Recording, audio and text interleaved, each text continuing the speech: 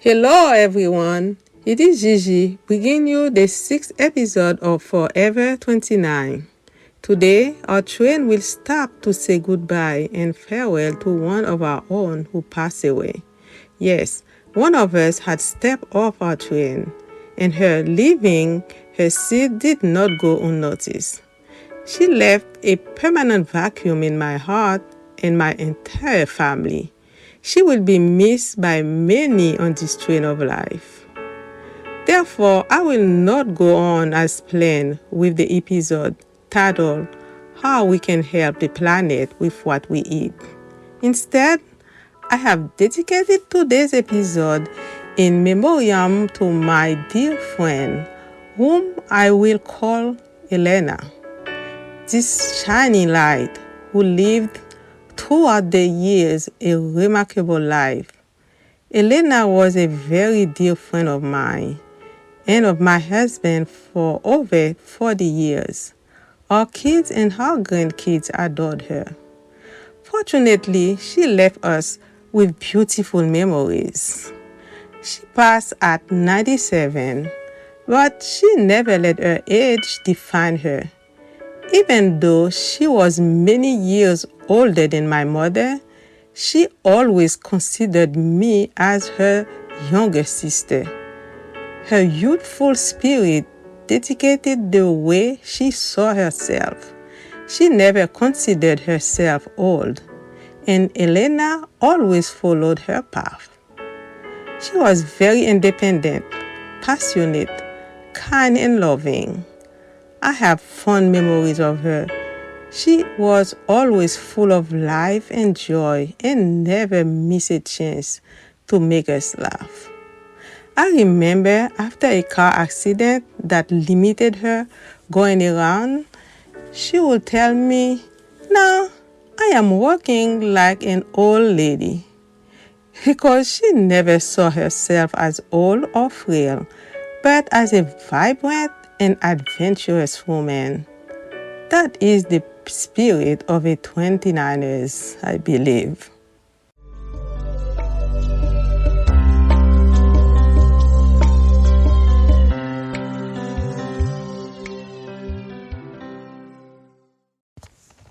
One of the most hilarious moments I can recall about Elena was when she visited our daughter, who had just given birth to her second child.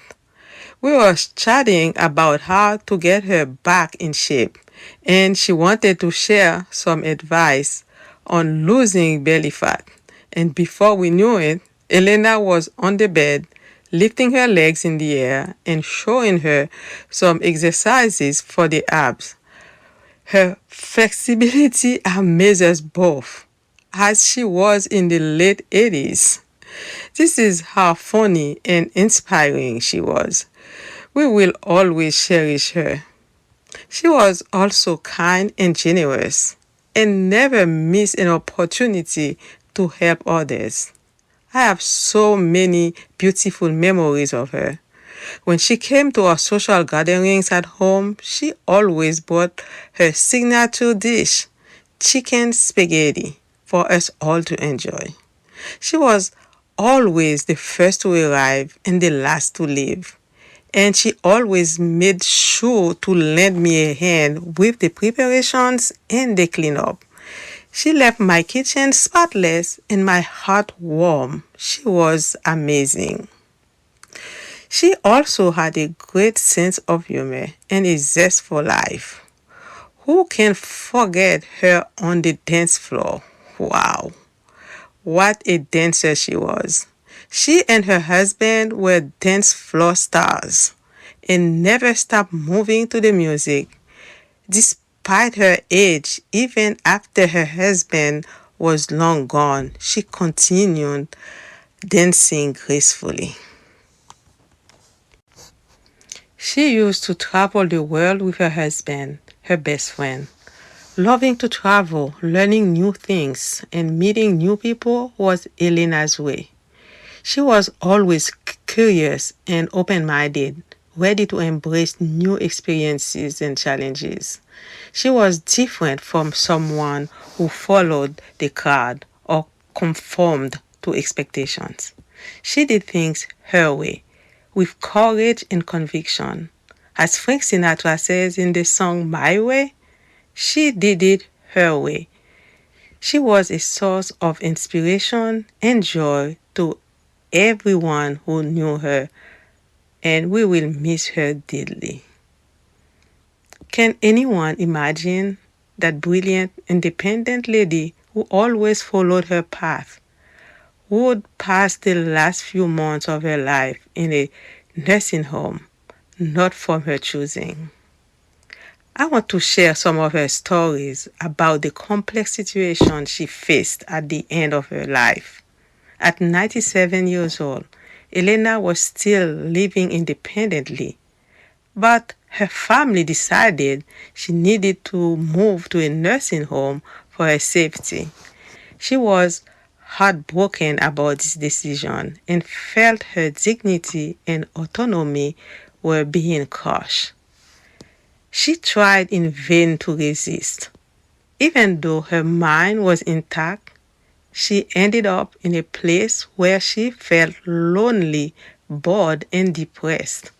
This is a sad example of how some older people are treated in society and how we do not sometimes respect their wishes and rights. I want to raise awareness and compassion for people like her by telling Elena's story.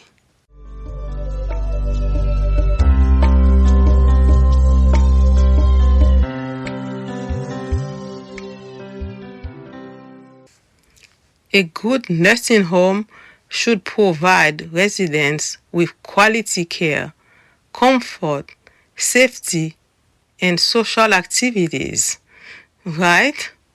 My dear friend was instead confined in a small lockdown room at the nursing home. And every time we spoke, she joked with a hint of sadness. Ghislaine, why am I in jail? What crime did I commit? It must have been in my past life, not this one. Then she would shrug it off and says she was okay, that I shouldn't worry. I'm still alive, she would say. But I felt so helpless.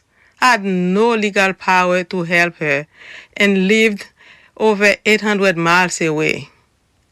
This situation is unacceptable and not an isolated case. Many elders fear being forced into a nursing home. They may feel like they are giving up their freedom, self-respect, and lifestyle choices. Does it have to be that way? No, it does not have to be that way. Putting your loved one in a nursing home is an important decision that requires careful consideration. You should involve your loved one in the process as much as possible, as long as they are mentally capable of expressing their preferences and needs. Age does not diminish one's dignity or autonomy. Respect your loved one's wishes and opinions. No one should be forced to do this. However, there may be some situation where your health or safety may require more care than you can receive at home. Then consider other options like assisted living, home health care, or family support that you trust about your preferences and legal rights.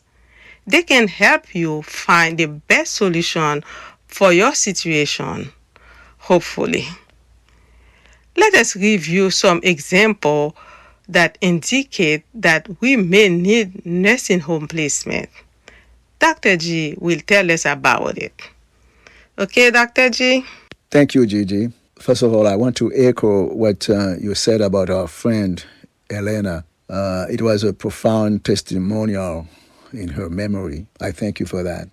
You want me to kind of talk about what would make somebody need a nursing home placement. Let's say, for example, you are frequently in and out of the hospital after extensive surgeries. You might need to be in a nursing home. Or if you need rehabilitation. If we also suffer from severe Alzheimer disease or other neurological problems that cause aggressive behavior, self-harm, mental confusion, or disorientation, that could be an indication for nursing home placement. If you also having repeated falls, if you have needs for daily living, that what we call ADLs, such as bathing, dressing, eating, or toileting, if you have poor eating habits with significant weight loss or gain, that's again an indication possible for being in a nursing home. If also you have trouble managing your medication or you have complex medical needs like requiring injections or shots, IV fluids or antibiotics, yes, you might need to be in a nursing home where they provide care 24 hours 7. So if we fall into those categories, we may need to move into a nursing home. But we should discuss our specific situation with loved ones and professionals who can help us evaluate our options and make an informed decision, provided our mental status allows it. Moving into a nursing home can be difficult and emotional, but it can provide you with the care and comfort you need. It is tough to consider going to a nursing home, but sometimes it might be our only option. If it is our only option, we don't settle with the first one we find. We want to find a place that meets our needs and preferences and provides quality care and services. Different places have different vibes, services, and cost. As my dear friend Elena put it, some nursing home can be worse than jail. So we must do our homework by visiting the nursing homes we are interested in. Then we can get a sense of the atmosphere, the staff, the activities, and the facilities by seeing them in person. You should be asking questions and talk to the residents and their families. We should also check their rating and reviews. Only tools such as, online tools such as Medicare's Nursing Home Compare or other websites provide feedback from consumers and experts. We should look for information on health inspections, staffing, quality measures, and complaints. We should ask for recommendations and referrals. We can consult with our doctors, social workers, case managers, or other healthcare professionals who know our situation and needs. They can suggest some nursing homes that suit us or warn us about some that are not suitable to us. I think that's a call I can say in a few words. What are the indications for someone or one of us to be in a nursing home? Thank you for the opportunity. Thank you, Dr. G. Great info. Choosing a nursing home for ourselves or our loved ones is an important decision that requires careful consideration. Now, do we know the differences between assisted living and nursing homes? Assisted living and nursing homes are different. Depending on your needs and preferences, they offer seniors different types of care and services. Therefore, you should make sure which is best suitable for you. Here are some key differences to consider. Assisted living is a residential option that provides personal care, meals, housekeeping, and social activities for seniors who can still live independently but need assistance with daily tasks. Assisted living residents have more freedom, privacy, and choice than nursing home residents. They also pay less than nursing home residents and can enjoy various amenities and activities. Some common amenities in assisted living include fitness centers, libraries, salons, gardens, and transportation services. Wow, it's almost like living at home. Nursing home, in the other hand, are medical facilities that provide round-the-clock skilled nursing care, rehabilitation, and other health services for seniors with complex medical conditions or needed constant supervision. Nursing home residents have more access to medical care and support than assisted living residents. They also have more protection and safety than assisted living residents. So choosing between assisted living and nursing homes can be a difficult decision. It is important to assess our needs and preferences and compare them. For example, consider going to a nursing home if we need constant supervision. On the other hand, if you can live independently but may need assistance with daily activities, assisted living should be in consideration. Now, let's talk about protecting our rights. There are ways to protect one's rights and preferences in a medical emergency or incapacity. One of these ways is to have a living will or an advance directive. A living will or an advance directive are legal documents that state what kind of medical care and treatment you want or don't want in given situations. You can also name someone who can decide on your behalf if you cannot. Having a living will or an advance directive can help ensure that your wishes are respected and followed by the healthcare providers and family members. It can also reduce the stress and conflict that may arise when difficult decisions have to be made. You can change or revoke it anytime if you are mentally competent. To make a living will or advance directive, consult a lawyer specializing in elder law or estate planning.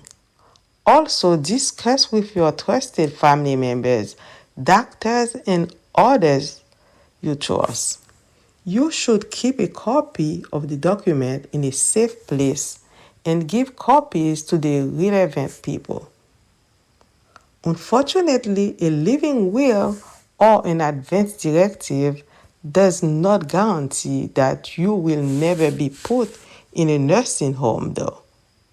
Many older people risk being placed in a nursing home against their wishes, even if they can still care for themselves and have a living will or an advance directive. To ensure that will never happen to you, Consider other legal documents, such as a durable power attorney for health care or a trust. These documents can help ensure that your wishes are followed even if you cannot communicate them yourself.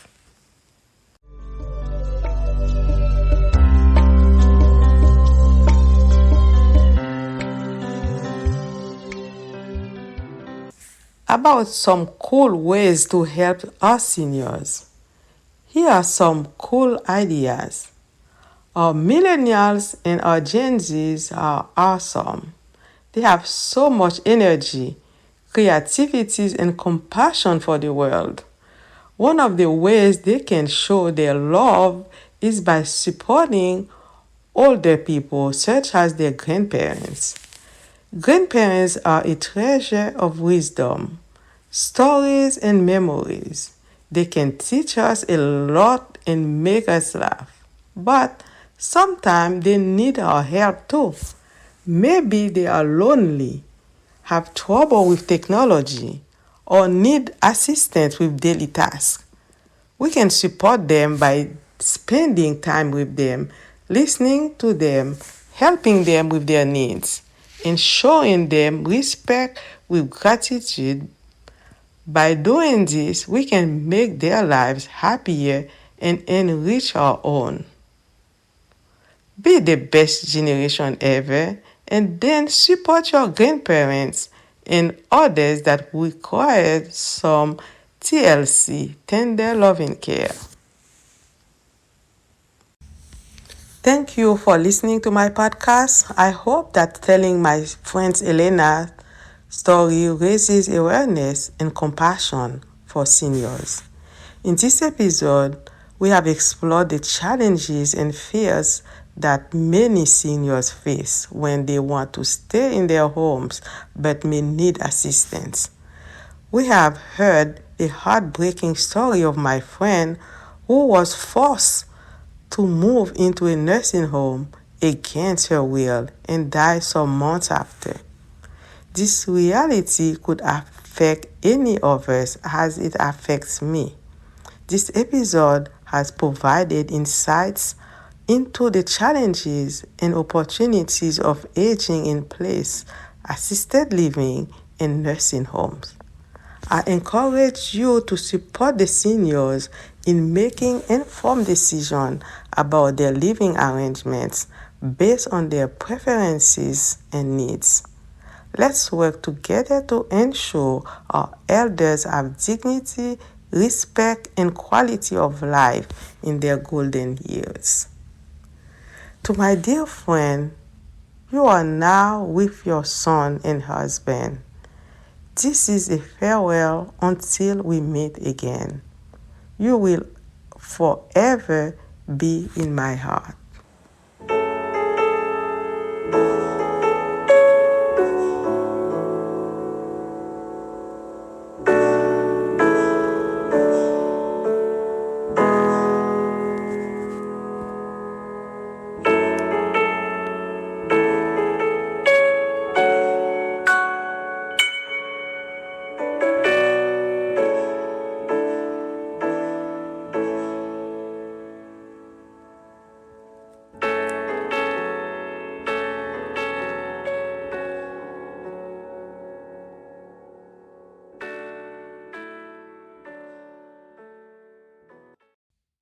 We hope you enjoy our podcast series on Staying Forever 29. We have been sharing some amazing tips on caring for your health, mind, and planet. And we are still going. We have more exciting episodes coming up for you. Our next episode is titled Episode 7, Environment Part 5. How can we help the environment with what we eat? You want to take advantage of this because we will reveal some surprising facts and easy tricks to make your diet more eco-friendly. It will be on Sunday, August 13th, 2023. So mark your calendars and join us for this informative and fun episode. We love hearing from you. So please follow us on your favorite podcast platform. Leave us your comments and share our podcast with your family and friends. We appreciate your support and feedback. Until next time, à la prochaine, hasta la próxima. Stay young, blessed and healthy. Thank you again for listening and continue enjoying your summer. On that note, I am signing off.